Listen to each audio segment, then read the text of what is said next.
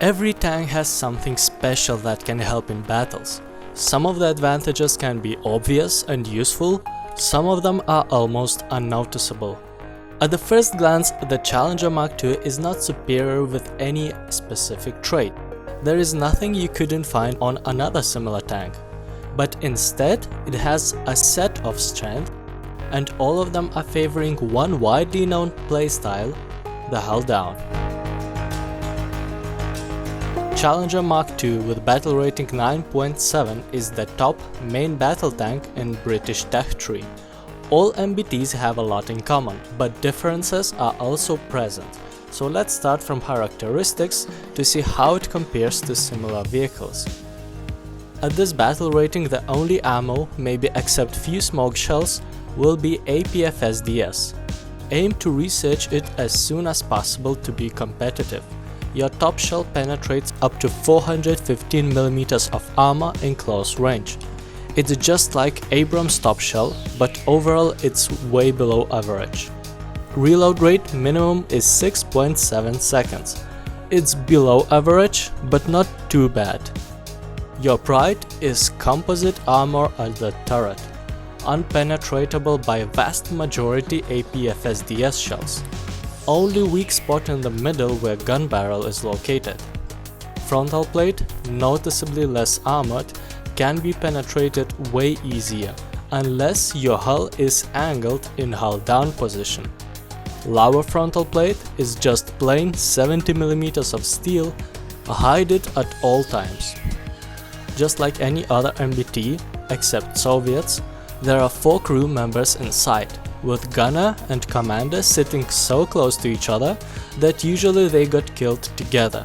But the strength of Challenger is that most of the time enemy shells can penetrate only middle of a turret, and gun's breach soaks up all the damage, leaving your crew members alive. Gun depression -10, only comparable to American tanks. No other main battle tank in the game has more depression.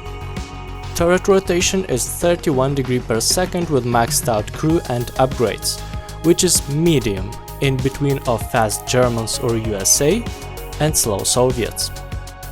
Maneuverability is average. You will not lag behind, but won't be the first one reaching key positions either. Just like any other MBT, it has smoke launchers, stabilizer, artillery support and laser rangefinder. The only different thing worth mentioning is that both machine guns are low caliber, which will make it more difficult to take down airplanes. In arcade, game is more or less predictable. You don't need to be worried about someone flanking you unexpectedly, so the whole game can be relatively safely spent shooting in hull down position or hiding behind rocks. Because of the advantage of your well-armored turret and guns depression, you can effectively trade shots. The only weak spot in front of your turret is gun breach, and even if penetrated, usually only your barrel and gun breach are going to be damaged. Of course, you won't be able to help your teammates with objectives, so Challenger is best used as a support vehicle that can hold multiple enemies pinned down and forcing them to go a long way around the field you are guarding, giving time to your team to capture points and take positions first. The downside of this is that you are depending on your team to do everything else. Such gameplay with Challenger is more useful when you have only one objective on the map, when a lot of guns are around that area and most of the players are forced to camp, since anyone who peeks out gets a lot of shells at his position.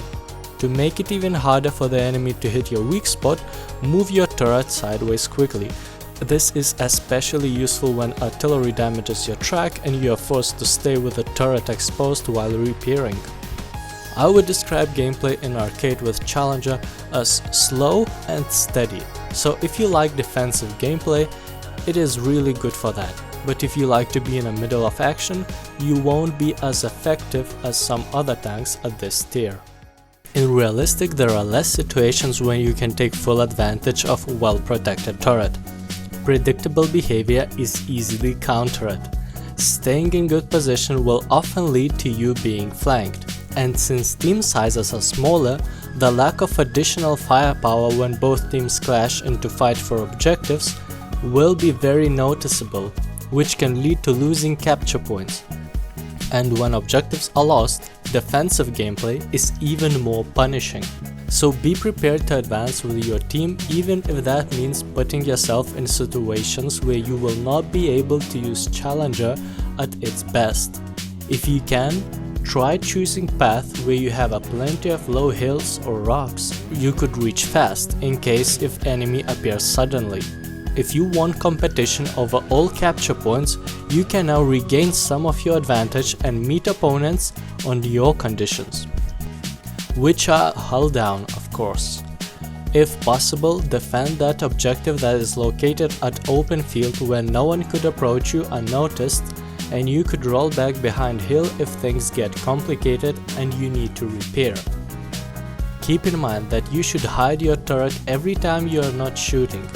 It's rare, but when playing against Germans or France, you can be killed by rockets with huge penetration piercing through your thickest turret armor. And a plain field is an easy area for rocket carriers to operate. France, and especially Japanese that have extremely good penetration, can pose danger to your thickest armor even with their top APFSDS if they get too close. So always stay alert. Overall, Challenger is a tank that forces players to always think which path to take to keep only turret exposed, but on the other hand, that might be a good practice helping you to learn maps. Knowing distance to each rock and being able to plan your route, spending minimum time at the open, will maximize your effectiveness with Challenger and any other tank. Watch more similar videos and consider subscribing if you find this video useful.